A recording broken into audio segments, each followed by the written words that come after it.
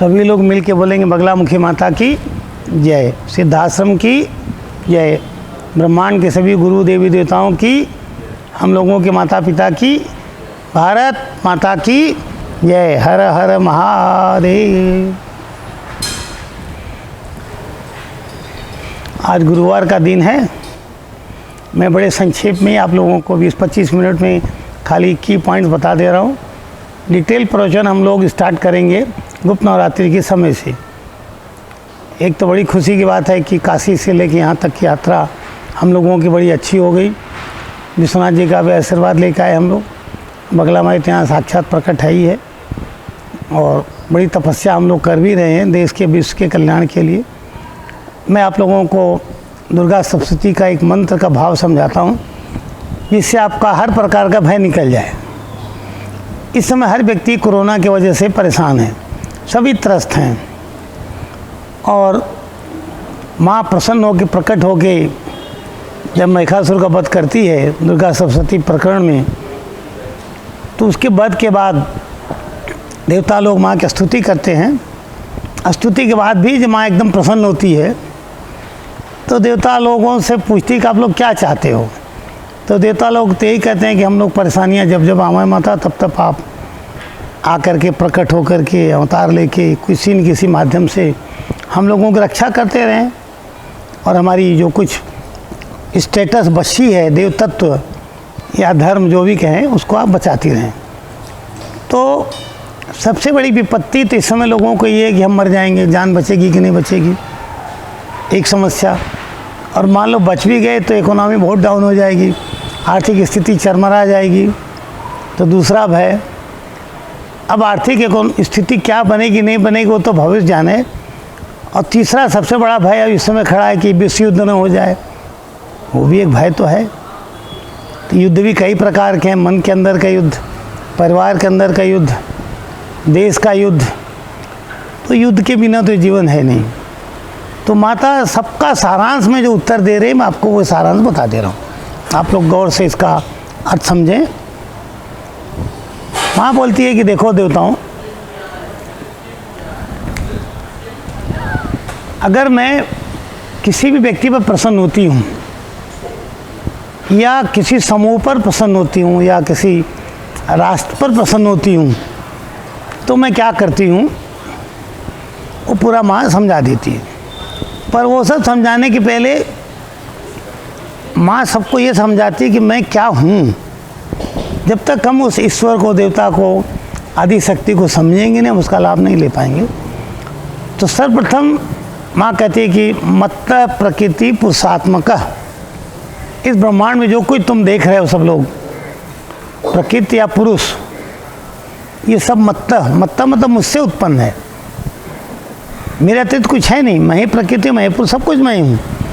और मैं जब प्रसन्न होती हूँ तो क्या करती हूँ, यम कामये तम उग्रम तम ब्रह्मा तम विष्णु तम रुद्रम करोमि। मैं जब किसी पर प्रसन्न होती हूँ उसको ब्रह्मा बना देती हूँ, विष्णु बना देती हूँ, शिव बना देती हूँ। सारांश केवल यही है कि जब माँ किसी प्रसन्न हो ही जाएगी तो जो कुछ महान से महानतम स्थिति आप कल्पना कर सकते हैं वो वहाँ तक आपको पहुँचा देगी। तो हमारा लक्ष्य क्या बन रहा है, हमारा लक्ष्य होना चाहिए कि हम उस माँ को, उस आद्या को, उस परम शक्ति को क्या करके प्रसन्न कर लें, ये हमारा लक्ष्य होना चाहिए। आज हमारे जीवन का लक्ष्य क्या है, वो प्रसन्न हो वो लक्ष्य नहीं है। हमारा लक्ष्य केवल हमारा परिवार, और परिवार में हमारा लक्ष्य केवल धन है। कैसे भी करके झूठ, छल, प्रपंच, बेईमानी, जो कुछ बने करके केवल धन कमा लें। इस प्रकार का धन कभी भी सुख शांति नहीं प्रदान कर सकता। तो माँ पहले ये समझाने के बाद मैं क्या हूँ, फिर ये समझा रही है कि देखो अगर मैं प्रसन्न हुई, और वो मंत्र में बोल रहा हूँ, आप सभी लोग मेरे साथ बोलिएगा जिनको याद हो, अधिकांश लोगों को तो याद ही है।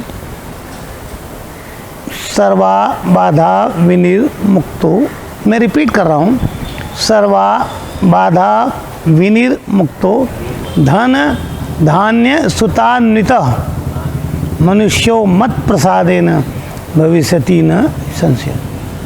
सारांश ये कि सर्वा बाधा, जितनी भी बाधाएं तुम सोच सकते हो इस समय उपस्थित, या जो भविष्य आएंगी वो भी, क्योंकि सर्वा बाधा ये बहुवचन है, प्लूरल शब्द है। ये नहीं करेगा अब की बाधा, सर्वा बाधा। बाधाएं कितनी है आप कल्पना नहीं कर सकते। पैदा होने में भी बाधा है, मरने में भी बाधा है, बाधा ही बाधा है। सांस लेने में बाधा है, कफ हो जाए तो सांस लेने में बाधा है, कोरोना हो जाए तो क्या होगा, सांस लेने में बाधा हो गई। तो माँ बोले सर्वा बाधा विनिर्मुक्तो, मैं निश्चित रूप से दूर कर देती हूँ। और बाधाएं दूर करने के बाद क्या करती हूँ कि जो आपको चाहिए, आपका लक्ष्य तो लक्ष्मी है, धन है, पर वास्तव में लक्ष्मी तो धन नहीं है। लक्ष्मी धन देती है, धन लक्ष्मी को नहीं दे सकता। अगर लक्ष्मी धन होती तो धन भी लक्ष्मी दे देता, तब तो सारे करोड़पति अरबपति यही लक्ष्मी दर्शन करते, उनसे वार्ता करते, ऐसा तो नहीं है। तो बोले कि धन फिर धान्य, क्योंकि अब क्राइसिस क्या हो जाएगी कि हम सरवाइव कैसे करें, खाना मिलेगा नहीं मिलेगा, हटेगा नहीं मिटेगा। और जब खाने को सप्लाई फूड आइटम ही नहीं मिलेंगे तो बचेंगे कहाँ से। तो ये क्राइसिस जो भी है, तो माँ करेगी पहले धन, फिर करी धान्य। धान्य का मतलब जितने ईटेबल आइटम्स है, खाने पीने की जितनी सामग्री हैं, उसमें फल फूल सब्जी व्हाटएवर। वास्तव में तो धान्य उसको कहते हैं जो संजीवनी शक्ति प्राण की धारक है, उसको धान्य कहते हैं। और वो डिपार्टमेंट जाता है माता अन्नपूर्णा को। तो डिपार्टमेंट तो बटे हुए हैं, लेकिन ओरिजिनल शक्ति तो एक ही है। तो माँ बोलती है धान्य, फिर बोलती सुतान्वित, जिन नाती पोतों बच्चों के लिए तुम इतने भयभीत हो, इनका क्या उनका क्या, हम मर जाएंगे तुम्हारा क्या। बड़ी बड़ी कंपनियों के इंश्योरेंस कब कराए जा रहे हैं, इसीलिए कि आप नहीं रहेंगे तो इनका क्या, आप नहीं तो इनका क्या। सबसे बड़ी इंश्योरेंस तो वही है। तो बोलती है धन धान्य सुतान्वित, नाती पोते सब कुछ बचा लेती हूँ, देती हूँ। मनुष्यों मत प्रसादेन, हे मनुष्यों मेरे प्रसन्न होने से मत प्रसादेन। प्रसाद मतलब ये नहीं कि मेरा मंदिर में जाकर प्रसाद ले खा लो। अगर मैं प्रसन्न हुई तो, प्रसीद माने प्रसन्न होना, प्रसीद से बनता है प्रसाद। तो जो हम कुछ देवताओं को ऑफर करते हैं, वो देवता उसको ग्रहण करके प्रसन्न होता है, फिर हमको रिटर्न में देता है। वो उसका ट्रेस जो है वो देवता ले लेता है, बाकी स्थूल पार्ट ग्रास पार्ट तो हम ही लोग खाते हैं, लेकिन वो प्रसन्न होकर हमको देता है, वो प्रसाद होता है। तो मनुष्यों मत प्रसाद है न, मेरे प्रसन्न होने से। तो हम ऐसा कौन सा कर्म करें कि वो प्रसन्न हो। हर पल हम देवी को क्या ऑफर करें। ये नहीं कि जब मंदिर में जाएंगे तो कुछ ऑफर कर देंगे। अब क्या ऑफर करेंगे मंदिर में जाके, बहुत बहुत करेंगे, कुछ हाथ फूल चढ़ा देंगे, मिठाई चढ़ा देंगे, साड़ी हो, इतना ही तो नहीं है। जब आपका हर कर्म देवता के प्रति समर्पित होता है शुद्ध भावना से, सद्भावना से, और ये सोच के कि इससे माँ प्रसन्न होगी, उस फीलिंग से जब आप कोई चीज़ पूजा पाठ या अभ्यर्थना जो कुछ करते हैं, आपके कर्म से प्रसन्न होती है, उसको कहते हैं उसकी माँ की प्रसन्नता। बाकी ये भौतिक जगत की चीज़ें ही माँ को चाहिए ऐसा नहीं है। तो आप ऐसे सत्कर्म करते रहें। अब वो कौन से सत्कर्म होते हैं ये भी आपको संक्षेप में समझा दे रहा हूँ। बहुत लंबी चौड़ी पुस्तक पढ़ने की जरूरत नहीं पड़ती है। जिस जिस सत्कर्म से आप अपनी संतान से प्रसन्न हो सकते हो। ये तो प्रवचन उनके लिए जिनके बाल बच्चे हैं। अच्छा, जिनके बाल बच्चे हैं वो किसी माँ बाप के बाल बच्चे हैं वो भी, तो जो उनके माता पिता बोलते भैया तो ऐसा कर मैं तेरे पर खुश रहूँगा, ऐसा नहीं करेगा तो मैं तुझे दंड दूंगा। तो नियम एक ही लागू है, देवता कोई हमसे अलग नहीं है, उसके सारे व्यवहार हमारे अंदर हैं देवताओं के। तो हमारे सारे कर्म जब ये मान के होते हैं कि हमारी औलाद हमारे अनुरूप चले, झूठ नहीं बोले, छल नहीं करे, प्रपंच नहीं करे, ये नहीं करे, वो नहीं करे, धर्म पर चले, तो वही सारे नियम जब हम उस देवी के प्रति या देवता के प्रति लगाते हैं तो हम उनके संतान हैं, तो हम पर निश्चित रूप से प्रसन्न होते रहते हैं। और जब प्रसन्न होने लगते हैं तब ये फार्मूला लागू हो जाता है। आगे क्या बोलती है, भविष्यति, ऐसा होता ही है और ऐसा होगा। भविष्य, इसमें भविष्यति शब्द है, भविष्य में always in future, not only in वर्तमान। लेकिन सारे भविष्य की फाउंडेशन स्टोन बुनियाद होती है वर्तमान से होती है। मैं इसमें कोई प्रवचन कर रहा हूँ ये भविष्य के लिए अप्लीकेबल होगा, लेकिन चल तो वर्तमान से रहा है ना, तो वर्तमान भी सुधरने लगता है। और वर्तमान तब सुधरता है जब भूतकाल की गलतियों को वर्तमान सुधारने लगे। इन देवताओं के साथ है हमको भूतकाल की गलतियों को सुधारना है, वर्तमान में गलती नहीं करनी है, हमारा भविष्य सुंदर सुंदरतम होता जाए। और हम जिससे मिलने जहाँ हम पाँव रख दें, जिसको मुस्करा के बात कर दें, उसका भी भविष्य सुधर जाए, ऐसी भावना लेके जब हम चलने लगते हैं और जब हर व्यक्ति के दर्द को अपना जो समझने लगते हैं। एक छोटा सा उदाहरण, आज एक घटना घटी मेरे सामने, इसी आश्रम पर ताज़ी घटना है।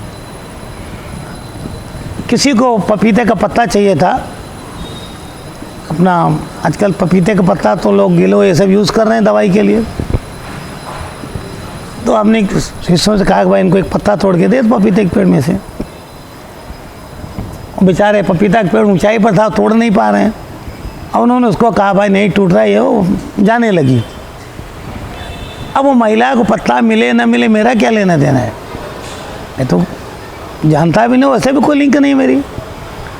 लेकिन ये मेरा दर्द था ना कि वो इस धाम में आई, इस दरबार में आई है, मेरे सामने आई है, पपीते का पेड़ है, हम उसको पत्ता तोड़ क्यों नहीं दे पा रहे हैं? इसलिए एक बहुत ऊंचाई पर है पत्ता। मनुष्य के दिमाग से बड़ी तो ऊंचाई ब्रह्मांड में किसी की नहीं है। कुछ भी करके तो तोड़ ही लेंगे, लास्ट में तोड़वा के दिलाए। तो जब हम दूसरे का दर्द समझेंगे, जब हम ये समझेंगे वो महिला जो आई है उसका पति या बच्चा जो भी है बीमार, उसको वास्तव में दवा चाहिए और उसके लिए ईश्वर ने हमको एक माध्यम बनाया कि हम उस समय सहयोग कर जाएं। अगर हम उसके दर्द को नहीं महसूस करेंगे तो हम पत्थर हैं, हम मनुष्य नहीं हैं। और अगर हम मनुष्य बने ही नहीं तो हम देवता कभी बनेंगे नहीं, हम असुर हैं, स्वार्थी हैं खाली। तो जो व्यक्ति तुम्हारे सामने दुख दर्द लेके आ गया, उसका दर्द तुम्हारे आंखों में झलकना चाहिए। वहाँ कुछ हो रहा है, तुम्हारे आंख में आंसू आना चाहिए, तुम्हारे हृदय रोना चाहिए दूसरे दर्दों को देख के। ये नहीं कि बॉर्डर पर मरा तो मिलिट्री वाला मरा तो कोई मर गया, हमारा सगा थोड़ी है। क्यों हर भारतीय को दर्द हो रहा है कि हमारा मिलिट्री वाला वहाँ बॉर्डर पे मरा?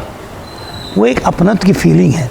जब उस अपनत्व की फीलिंग आप ब्रह्मांड के हर जीव के प्रति, जीव शब्द में कह रहा हूँ, केवल मनुष्य नहीं, जीव में कुत्ता बिल्ली चींटी माटा पेड़ पौधे सब आ जाते हैं।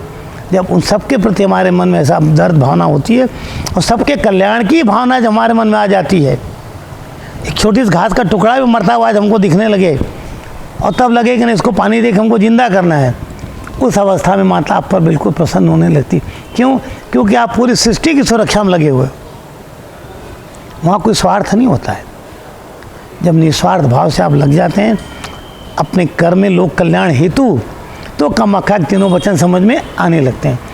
अगर ऐसा कर्म कर गए तो माता प्रसन्न होएगी और तब इसका ये सूत्र आप पर लग जाएगा कि सर्वा बाधा विनिरोक्तो, सभी बाधाएं दूर करूंगी, धन भी दूंगी, धान्य भी दूंगी, संतानों को बचाऊंगी, सुरक्षित रखूंगी और मैं प्रसन्न रहूंगी। न संशय, इसमें तुम्हें संशय नहीं करना चाहिए। विचार कीजिए, माँ ये भी सब जोड़ रही है, उसे पता है कि विश्वास नहीं करेंगे लोग, तो क्या बोल रही है? न संशय, डाउट मत रखना। तो आप लोग संशय न करें, मुस्कराएं, बोलिए बगला माई की जय। अब मैं आपको 5 मिनट 21 तारीख के होने वाले ग्रहण के बारे में समझा दे रहा हूँ। ग्रहण तो अच्छा भी होता है, बुरा भी होता है। अगर आप लोग पूरा कोरोना का बैकग्राउंड देखें तो दिसंबर के महीने में 6 ग्रहों का एक योग आया था, विनाशक योग। इससे बहुत साल पहले एक योग आया था, अष्ट ग्रह महाविनाशक योग। और इस प्रकार के जब योग आते हैं तो ज्योतिषी लोग अपना कैलकुलेशन करके संकेत तो देते हैं कैसा होगा, मगर पब्लिक उसको सुन लेती है, कोई केयर नहीं करता। जैसे आज भी कहा जा रहा है भाई थोड़ा फिजिकल डिस्टेंसिंग रखो, कोरोना से बचो, तो कहा तो जा रहा है लेकिन लोग पालन नहीं करते, तो होता है, खैर कोई बात नहीं है। तो उस समय भी एक ग्रहण लगा था, उसके बाद अभी 3 ग्रहण एक साथ लग रहे हैं। एक तो बीत गया अब ये कल है, इसके बाद जुलाई में फिर है गुरु पूर्णिमा को। तो जब गुरु पूर्णिमा ग्रहण युक्त हो जाती है तो पीरियड अच्छा नहीं होता, और एक ग्रहण का प्रभाव तो कम से कम 6 महीने तक तो ज़बरदस्त पड़ता है। और साधारण सी बात है कि इस ब्रह्मांड में कोई भी घटना घटेगी, अच्छी या बुरी, वो घटेगी तो ग्रहों के ही माध्यम से। राजा बनना तो ग्रह काम आएंगे, भिखारी बनना तो ग्रह काम आएंगे, युद्ध होना तो वही भी ग्रह ही काम आएंगे। सब कुछ कैलकुलेशन केवल ग्रहों के माध्यम से चलता है। तो हमको चाहिए कि हम ग्रहों को भी थोड़ा समझते रहें। तो ग्रहण क्या होता है वो तो आप लोग जानते हो, मैं ज़्यादा उसमें डिटेल में नहीं जा रहा हूँ। पर ग्रहण काल का एक तात्पर्य है कि हम ब्रह्मांड की सारी ईश्वरीय शक्तियों को ग्रहण कर लें और उन सारी ईश्वरीय शक्तियों को ग्रहण करके अपना कल्याण करने की टेक्निक को स्ट्रांग बना लें, डेवलप कर लें। अगर हमने अपना कल्याण कर लिया तो हम हजारों का कल्याण कर पाएंगे। अपना ही कल्याण नहीं कर पाएंगे तो अगर मैं बोलूँ साधना करके ये होता है वो होता है वो होता है और हम ही खाने को हमको नहीं हटे ज़िंदगी भर, तुम्हारी बात कोई सुनेगा? मैं बोलूँ जाओ लक्ष्मी की पूजा करो ये मिलेगा, वो बोलेगा इनको खुद तो खाने को हटता नहीं है। पहले आत्म कल्याण करो। उस आत्म कल्याण करने में जो ग्रहण काल है ये सबसे बड़ा लाभकारी फैक्टर है। ग्रहण में मंदिर वगैरह बंद कर दिए जाते हैं, वो अलग विषय है, मैं उसमें नहीं जा रहा हूँ। पर उस पीरियड में ब्रह्मांड की सब शक्ति हम आत्मसात कर सकते हैं। इसीलिए शास्त्र कहता है ग्रहण काल में जो भी साधना की जाती है उस घंटा 2 घंटा 3 घंटा जो भी पीरियड होता है वो पूर्ण मानी जाती है। एक किसी समय में कोई मंत्र 1.25 लाख जपोगे तो एक अनुष्ठान माना जाता है। ग्रहण काल में खाली 2-2.5 घंटा जितना घंटे ग्रहण है उसमें कर लो उतना ही माना जाता है। तो ये कैलकुलेशन करो कितना गुना ज़्यादा है इम्पॉर्टेंट है ग्रहण। तो इस ग्रहण काल को साधकों को नहीं छोड़ना चाहिए, अवश्य करें। सूर्य ग्रहण है, सूर्य का मतलब प्राण शक्ति है, चंद्रमा का मतलब है मनोबल, वो आ रहा है। तो जब आपके शरीर की प्राण शक्ति, इम्यून सिस्टम जिसको बोलते हैं प्राण शक्ति है, वो सूर्य से संचालित होता है। मनोबल जो मैं समझा रहा हूँ वो चंद्रमा से संचालित है। जगत प्राण, पूरे विश्व का प्राण, हीट, डॉक्टर बोलता नहीं मर गया मतलब ठंडे हो गए अभी, तो हीट गई, वो सन से गवर्न होती है, भगवान सूर्य से।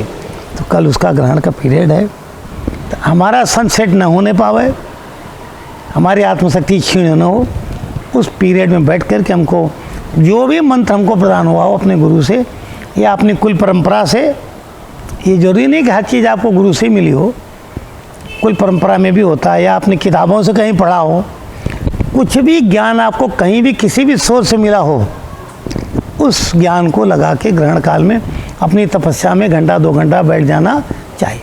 और एक ही मंत्र पकड़ो, या आपकी इच्छा हो तो चलो 5-6 कर लो उसमें, लेकिन उस समय को हमको कभी गंवाना नहीं चाहिए। ये सब गोल्डन पीरियड होता है। ये मेरा जो साधना जगत का लाइफ है तो मोर देन 50 ईयर्स है, एकदम स्ट्रॉन्ग साधना। बाकी तो बचपन से ही साधक हूँ, मैंने कभी भी ग्रहण का पीरियड गंवाया नहीं। तो आप भी न गंवाएं, तो इसको भी मनाएंगे। फिर जो गुरु पूर्णिमा ग्रहण वो मनाएंगे। गुरु पूर्णिमा का ग्रहण इसलिए खतरनाक माना जाता है कि ब्रह्मांड में जब सब देवी देवता सो जाते हैं, अभी देवशनि एकादशी आएगी, उस दिन सब देवता सो जाएंगे। तो जब सब देवता ही सो गए तो सृष्टि की प्रतीक रक्षा कौन करेगा? उस समय गुरु शक्ति काम करती है। इस लॉजिक को समझना आप। सनातन धर्म बहुत स्ट्रांगली साइंटिफिक रीजन्स पर बेस्ड है, और ये साइंस भौतिक जगत का साइंस नहीं है, वो स्पिरिचुअल साइंस है। ज्ञान अलग है, विज्ञान अलग है। जहाँ विज्ञान खत्म होता है वहाँ ज्ञान शुरू होता है। क्योंकि गुरु कोई भगवान शिव कहते हैं, गुरु ब्रह्मा गुरु विष्णु गुरुदेवो महेश्वर, वो तीनों की कंबाइंड शक्ति उस समय एक्टिव हो जाती है जब ये विष्णु भगवान एंड टीम सो जाते हैं इस पूरी सृष्टि को बचाने के लिए। और वही पीरियड होता है धूमावती माई का पीरियड, वही पीरियड होता है चतुर्मास का। जो चतुर्मास के बारे में बहुत प्रवचन है, मैं तो इस समय नहीं कुछ कर रहा हूँ। तो हमको उसकी इम्पोर्टेंस समझना चाहिए। अब वो अगर अच्छे मुहूर्त में है तो आने वाला समय अच्छा होता है, और अगर खराब में ग्रहण में आ गया तो खराब होता है। तो अब हमको ये सोच के दुखी नहीं होना है कि खराब हो रहा है, हमको ये सोच के चलना है कि चाहे कुछ भी होने दो, हम तपस्वी हैं, भगवान के भक्त हैं, बगला माई की देवी के भक्त हैं, हम शिव के भक्त हैं, या हम जिसके भी भक्त हैं ना, किसी के भक्त हो, हम उसकी ईश्वरी शक्ति को आत्मसात करेंगे, अपना अपने परिवार का, देश का, विश्व का भला करके छोड़ेंगे। ये संकल्प लेना चाहिए। इसे रुद्राभिषेक मंत्र आता, तन्मयी मनः शिव संकल्प मस्तु। हे भगवान, मेरा मन आपके संकल्प के समान शक्तिशाली होना चाहिए। तो उस ग्रहण का भी हम लोग लाभ लेंगे, इस ग्रहण का भी हम लोग लाभ लेंगे। हम लोग हर अवस्था का केवल लाभ लेंगे, निगेटिव सोचेंगे नहीं। कोरोना वरदान है एक तरह से, क्योंकि नेचर में जितना हीलिंग कर दिया ना, जितना साफ सफाई सब कुछ, ओजोन लेयर को भर दिया, कोरोना की देन है। अब थोड़ा बहुत नुकसान हो जाता है, पर चिंता मत कीजिएगा, सब पूरा करेगी माँ। सर्वा बाधा विनिर्मुक्तो, इस मंत्र को भूलिएगा नहीं। मैं आप सबको बहुत बहुत आशीर्वाद दे रहा हूँ। तीसरा पॉइंट है कामाख्या माई का। 22 तारीख से गुप्त नवरात्रि शुरू हो रही है। नवरात्रि 4 होती है, 2 प्रकट 2 गुप्त। तो ये जो नवरात्रि है इसको कामाख्या नवरात्रि भी बोलते हैं और गुप्त नवरात्रि बोली जाती है। और कामाख्या माँ के बारे में सारांश इतना है कि ब्रह्मांड का जो सबसे बड़ा सर्वोच्च शक्तिपीठ है, तंत्र पीठ का हेड ऑफ डिपार्टमेंट, जो मुकुट बोलते हैं जिसको, वो कामाख्या धाम बगल, वहाँ 10 महाविद्या वहीं, बगला भी वहीं है, सब वहीं है।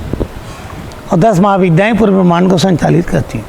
अगर आप कभी साहित्य को पढ़ेंगे तो तारा माता जो नंबर 2 महाविद्या, उसमें प्रलय के बारे में वर्णन आता है कि कितने तरह के प्रलय होते हैं।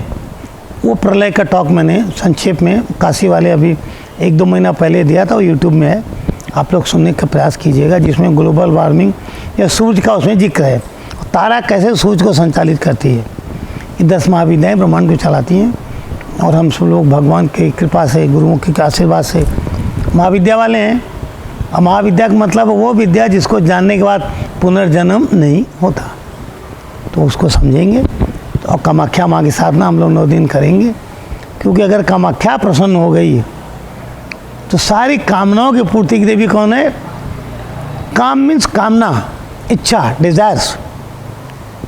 काम का मतलब सेक्स से ही मत लगाइएगा, काम के बहुत अर्थ है। लोग बोलते हैं ना, अरे तब तुम किस काम के हो? इस ब्रह्मांड की हर चीज़ आपके काम की बन जाए और आप भी ब्रह्मांड के हर व्यक्ति के, हर इस चीज़ के काम के आप भी बन जाए, ये कंसेप्ट होना चाहिए। आपके काम के सब हो जाएं और आप किसी काम का नहीं बनो। ऐसा लाइफ चलता है क्या? भगवान ने 1 वे ट्रैफिक नहीं बनाया, 2 वे ट्रैफिक है। जैसा कर्म करोगे वैसे ही देंगे वो। तो पहले हम सबके काम के बन जाए, सारी दुनिया आपके काम की बन जाएगी। पर वो सारा कामनाएं, वो लेवल कहाँ से आएगा? उसको जो शक्ति प्रदान करती उसको कहते हैं माँ कामाख्या। तो कामाख्या पशु बलि, नर बलि, वो सब भेड़ बकरी नहीं है, वो ब्रह्मांड की सबसे बड़ी शक्ति है। तो आप उसको समझेंगे। नवरात्रि के दिनों कामाख्या पर बहुत से प्रवचन दिए जाएंगे। पहले बहुत से प्रवचन मैंने कामाख्या में दिए हैं, कामाख्या धाम में भी जाके दिए हैं। लगभग 18 साल से लगातार जाते थे। इस साल तो खैर अब सब बंद हो गया है। कोरोना इस समय देवताओं से भी जीता हुआ है, पर चिंता की बात नहीं है, हारेगा ही हारेगा। जैसे होता है ना, कुछ दिन रावण नहीं मर रहा है, मरता है। महिषासुर देवी से लड़ा 10,000 साल, मरा।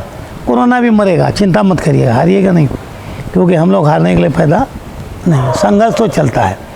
राम भी युद्ध किए, हनुमान भी युद्ध किए, कृष्ण भी किए, सब करते हैं।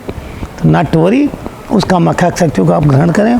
मंत्र वगैरह मैं ग्रहण के दिन पर बोल दूंगा, वो अच्छा एक योग होता है। और जो व्यक्ति कामाख्या साधना 9 दिन करना चाहते हैं, 9 दिन में कोशिश करके 1.25 लाख जप आप लोग कर लें। और हमारे ग्रुप वाले तो मिलकर हम लोग 1 करोड़ का ही लक्ष्य हम लोग का, वो तो करेंगे ही करेंगे। तो वो ग्रहण वाले दिन से ही शुरू कर सकते हैं। नवरात्रि तो लगेगी 22 से। कोई भी मंत्र का प्रारंभ या दीक्षा वगैरह ग्रहण काल में लेना ज़्यादा फलदायी है। इसीलिए हमारे यहाँ नियम है कि जाइए, गंगा नहाइए, कोई भी तीर्थ में नहाइए, वहाँ दान कीजिए, पुण्य कीजिए, पितरों का तर्पण करिए। तो ग्रहण काल के जितने नियम लगते हैं, चाहे संगम जाए, चाहे काशी जाए, कहीं जाए, तो आप अपने घर को ही समझ लो ना, यही काशी है, ये सब कुछ है। आपकी जो बाल्टी है ना बाथरूम में, उसी में गंगा माई को मनाओ, जो करना उसी में सब कर डालो। और यहाँ तो बगला पीठ का हिलिम कुंड ही है। तो जो आपसे जहाँ बने करो। देवता इस ब्रह्मांड में कहीं नहीं और हर जगह है, वो आपके मन में, भावना में। ऐसे सब कंसेप्ट को क्लियर रखिए और कामाख्या माई के मंत्र के पीछे हम लोग पड़ जाएंगे और उनका पूरा का पूरा आशीर्वाद लेके ही छोड़ेंगे, क्योंकि हम संकल्पित हैं कि हम पूर्ण बनने के लिए पैदा हैं और पूर्ण ही बनेंगे। कोई भय हमारे लिए बना नहीं है। बोलिए बगला माई की जय, सिद्धाश्रम की जय। सबको